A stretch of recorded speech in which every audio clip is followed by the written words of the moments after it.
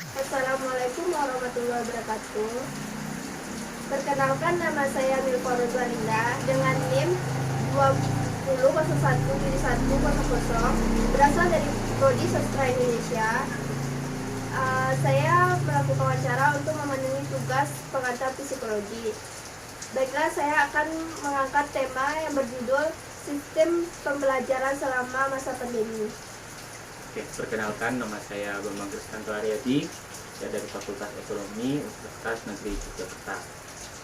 Baiklah, saya akan menanyakan beberapa pertanyaan. Yang pertama, apa yang dirasakan oleh mahasiswa ketika masa pembelajaran daring ini? Jujur saja ya, menurut saya pribadi, yang saya rasakan nih selama belajar daring itu pembelajarannya itu tidak optimal karena banyak kendala, yaitu dari faktor dalam dan faktor luar, seperti faktor jaringan. Di saat kita Zoom, itu biasanya terputus-putus atau terkendala dengan jaringannya.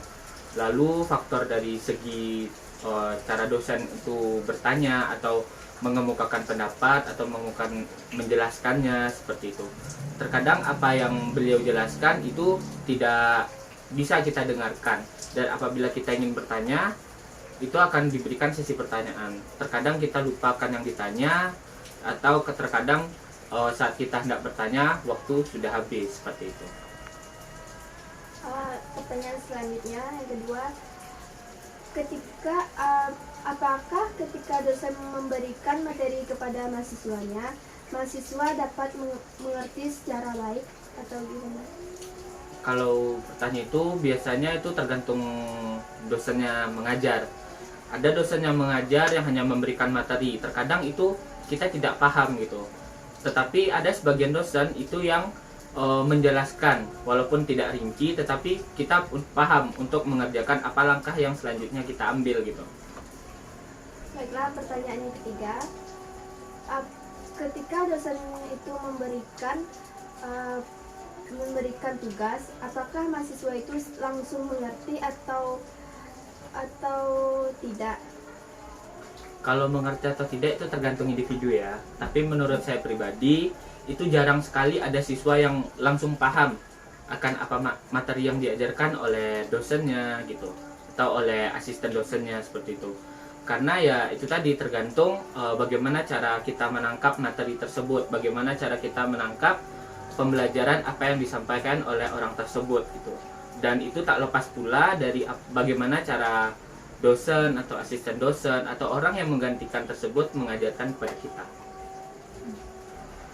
Baiklah, pertanyaan yang keempat, apakah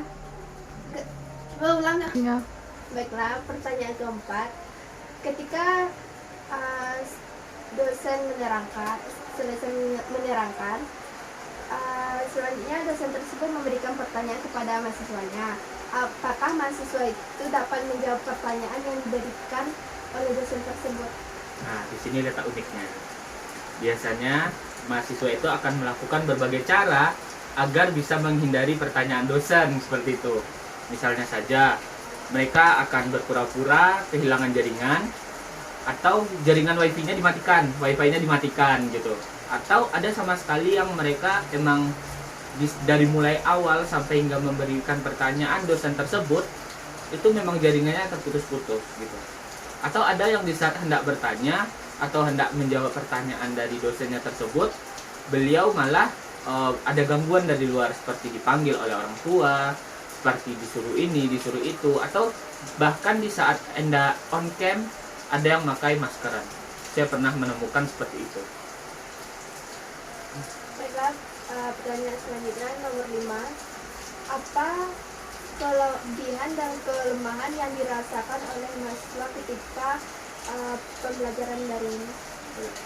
Kalau menurut saya pribadi nih ya, kalau kelebihannya tersendiri itu mahasiswa jadi lebih mudah untuk mempelajari apa yang disampaikan tadi. Kita bisa untuk mencari di internet gitu.